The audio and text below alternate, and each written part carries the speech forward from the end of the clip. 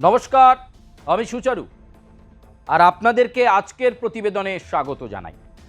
নবনির্বাচিত রাজ্য সরকার গঠন হয়ে গেছে, মন্ত্রিসভাও কাজ করতে শুরু করেছে। মুখ্যমন্ত্রী শুভেন্দু অধিকারীর সঙ্গে কাজ করছেন নিশীথ প্রামাণিক, অগ্নিমিত্রা পাল, দিলীপ ঘোষ, অশোক কীর্তনিয়া, তারা কাজ করছেন।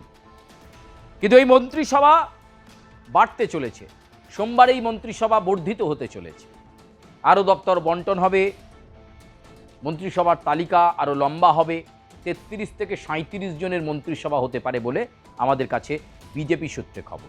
আর এই মন্ত্রিসভায় জায়গা করে নিচ্ছেন কারা কারা এই নতুন রাজ্য সরকারের মন্ত্রিত্ব পেতে চলেছেন, কাকে কোন গুরুত্বপূর্ণ দপ্তর দেওয়া হতে পারে, কিভাবে কর্মপদ্ধতি এগিয়ে চলবে।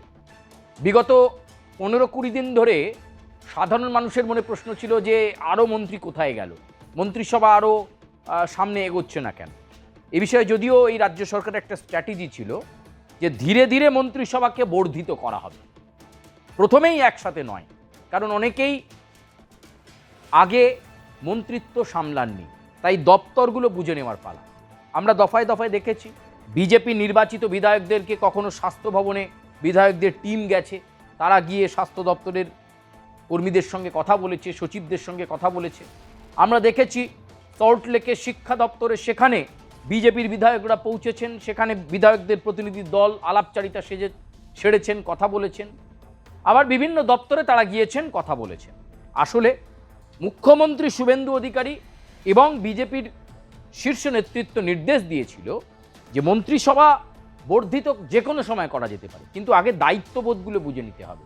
কোন দপ্তর কিভাবে চলে, কোথায় সচিবের কি ভূমিকা রয়েছে, মন্ত্রী হলে চেয়ারে বসলে কি দায়িত্ব পালন করতে হবে, এইগুলো বুঝে নেওয়ার দরকার রয়েছে। সোমবারে শুভেন্দু অধিকারীর মন্ত্রিসভা আরও একটু বড় হতে চলেছে। কারা এই মন্ত্রিসভায় জায়গা পেলেন, সেটা সবচেয়ে বড় $1,000,000 প্রশ্ন।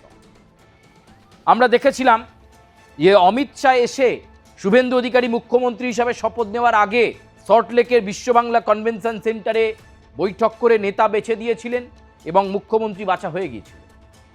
তারপর কারা মন্ত্রিত্বে থাকবেন সেটা মোটামুটি ঠিক হয়েছিল। আমরা দেখেছিলাম যে শুভেন্দু অধিকারীর সঙ্গে ব্রিগেডের অনুষ্ঠানে এই 5 জন মন্ত্রী তারা শপথ নিয়েছিলেন এবং এক একজনের হাতে একাধিক দপ্তর রয়েছে। যেমন দিলীপ ঘোষ, তিনি পঞ্চায়েত দপ্তরের মন্ত্রী, আবার তিনি প্রাণী সম্পদও দেখছেন। অগ্নিমিত্রা পাল নারী দেখছেন, নারী কল্যাণ দেখছেন, আবার পুরো দপ্তরও দেখছেন। অশোক কীর্তনিয়া খাদ্য দপ্তরও দেখছেন, আবার গুরুত্বপূর্ণ দায়িত্ব রয়েছে। নিশীথ প্রামাণিক স্পোর্টস মিনিস্টার রাজ্যের, তিনি দেখছেন। কিন্তু আরও একাধিক গুরুত্বপূর্ণ দপ্তর রয়েছে, শিক্ষা, শিল্প, স্বাস্থ্যের মতো গুরুত্বপূর্ণ দপ্তর রয়েছে। বিজেপি সরকার ইতিমধ্যেই বিনিয়োগের কথা বলছে রাজ্যে। বিজেপির রাজ্য সভাপতি শ্রমিক ভট্টাচার্য, রাজ্যের মুখ্যমন্ত্রী শুভেন্দু অধিকারী বারে বারে বলছেন এই রাজ্য ঘুরে দাঁড়াবে তখনই যখন শিল্পক্ষেত্র তৈরি হবে, কর্মসংস্থান তৈরি হবে, আর সেই কর্মসংস্থান তৈরি হবে তখনই যখন বিনিয়োগ আসবে। আমুলের মতো কোম্পানি তারা 650 কোটি টাকার বিনিয়োগ করবে। যে টাটা একটা সময় ফিরে গিয়েছিল, বাম আমলের শেষের দিকে এই রাজ্য ত্যাগ করে টাটা ফিরে গিয়েছিল, সেই টাটা বিনিয়োগ করতে আসছে বলে আশ্বস্ত করেছেন রাজ্যের মুখ্যমন্ত্রী শুভেন্দু অধিকারী। ফলে শিল্প বিনিয়োগ আসলে কর্মসংস্থান হবে, কর্মসংস্থান আসলে ব্যবসা বাণিজ্য হবে, মানুষের অর্থনৈতিক ভারসাম্য বজায় থাকবে। এই বিষয়গুলোকে মাথায় রাখার দরকার। এমন পরিস্থিতিতে মন্ত্রিসভা বর্ধিত হচ্ছে।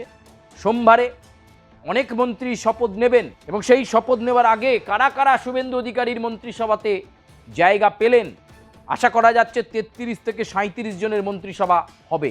এই যে বর্ধিত হচ্ছে মন্ত্রিসভা বা সংস্কার বলা যেতে পারে, বা কারা কারা মন্ত্রী হিসাবে এবার সংযুক্তির তালিকায় এলেন, অবশ্যই জল্পনায় কোন কোন নামগুলো আছে সেইগুলো নিয়েই আজকের আমাদের এই প্রতিবেদন।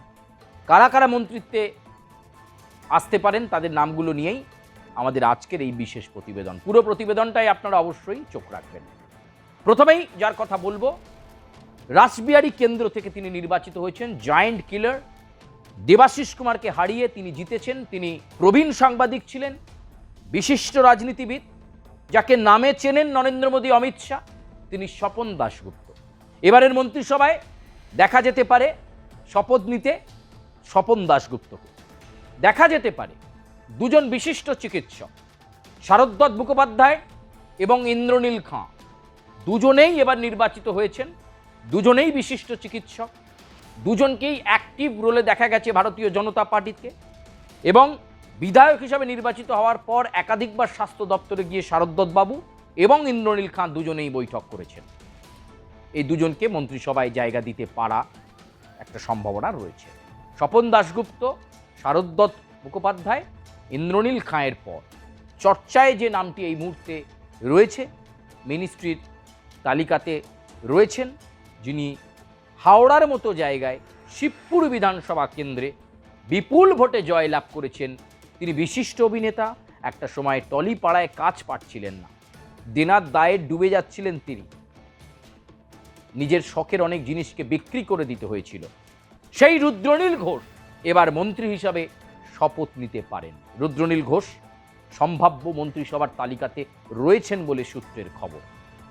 স্বপন দাশগুপ্ত, রুদ্রনীল ঘোষ, ইন্দ্রনীল খাঁ, শারদ্বত বাবুর পর মন্ত্রী হিসাবে শপথ নিতে পারেন কৌস্তব বাগচি, ব্যারাকপুরের এমএলএ কৌস্তব বাগচি। তারও মন্ত্রী হিসাবে শপথ নেওয়ার সম্ভাবনা রয়েছে। শপথ নেওয়ার সম্ভাবনা রয়েছে নারী মুখ হিসাবে উঠে আসতে পারেন এইবারের এই মন্ত্রিসভাতে। অত্যন্ত গুরুত্বপূর্ণভাবে মন্ত্রিসভায় ঢুকে পড়তে পারেন পাপিয়া অধিকারী। পাপিয়া অধিকারীকে মন্ত্রিসভায় এবার জায়গা দেওয়া হতে পারে এবং তিনি শপথ নিতে পারেন, সেই সম্ভাবনা রয়েছে। সম্ভাবনা রয়েছে আরও একটি গুরুত্বপূর্ণ নাম, তিনিও বিজেপির লড়াকু নেতা, কলকাতা পৌরসভার পৌর প্রতিনিধি, তিনিও এবার মন্ত্রিত্ব হিসেবে জায়গা পেতে পারেন এবং রাজ্যের মন্ত্রী হিসাবে শপথ নিতে পারেন শুভেন্দু অধিকারীর মন্ত্রিসভায়। তিনি সজল ঘোষ। সজল ঘোষকে মন্ত্রী করা হতে পারে এমন সম্ভাবনা এই মুহূর্তে রয়েছে। একাধিক এরকম গুরুত্বপূর্ণ নাম বিজেপির অন্দরে ঘুরপাক খাচ্ছে, যে যারা কিন্তু এবার মন্ত্রিসভার তালিকাতে ঢুকে পড়ছে এবং ইতিমধ্যেই গোটা বিষয়টাকে নিয়ে পরিকল্পনা স্তর হচ্ছে। এবারের এই বর্ধিত মন্ত্রিসভাতে 33 থেকে 37 জনের মন্ত্রিসভাতে নারীমুখ যেমন থাকবে, এমন অনেক জেলা, যে জেলাগুলোতে তৃণমূল কংগ্রেস শূন্য হয়ে গেছে, সেই সমস্ত জেলা থেকে কিন্তু জয়ী বিজেপি বিধায়কদেরকে তুলে এনে মন্ত্রী করা হতে পারে। পূর্ণমন্ত্রী না হলেও প্রতিমন্ত্রীর জায়গা কিন্তু অনেকেই পাবেন। অনেকেই প্রতিমন্ত্রীর জায়গাতে আছেন যারা শপথ নিতে পারেন সোমবার। এই জায়গা থেকে দাঁড়িয়ে সোমবারের সম্ভাব্য মন্ত্রিসভাটা মোটামুটি আপনাদের কাছে আমরা বলে দিয়ে গেলাম। এখানে সংখ্যাটা আরও বাড়তেও পারে, আরও বেশ কিছু নতুন মুখের সমাহার হতে পারে, তবে আপাতত যে চর্চিত নামগুলো সেইগুলো অন্তত রাখলাম এবং তাদের কাছে গুরুত্বপূর্ণ দপ্তরগুলো দিয়ে একটা কাজের বন্টন করে সুষ্ঠুভাবে মন্ত্রিসভা এগোবে এবং নিয়ম মাফিক যে 15 দিন অন্তর ক্যাবিনেট মিটিং, সেই ক্যাবিনেট মিটিং শুভেন্দু অধিকারী করবেন।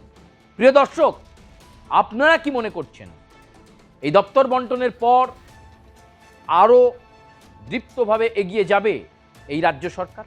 এই মন্ত্রিসভা কতটা মানুষের প্রত্যাশা পূরণ করবে বলে আপনারা মনে করছেন? আপনারা আপনাদের সুচিন্তিত মতামত আমাদের কমেন্ট বক্সে জানাবেন, লাইক করবেন, কমেন্ট করবেন, বেল আইকনে প্রেস করতে ভুলবেন না। আর আমরা আপনাদের কাছে চেষ্টা করব প্রত্যেক মুহূর্তের লেটেস্ট আপডেট, লেটেস্ট খবর, নতুন নতুন সমীকরণের খবর আপনাদের কাছে দিয়ে যাওয়ার জন্য। যেমনটা আজকে দিলাম যে এই সম্ভাব্য মন্ত্রী হিসাবে কারা কারা, কোন কোন বিজেপি বিধায়ক এবার মন্ত্রিসভায় জায়গা নিতে পারেন। ধন্যবাদ আপনাদের সকলকে। দেখা হচ্ছে অন্য কোনো প্রতিবেদন নিয়ে।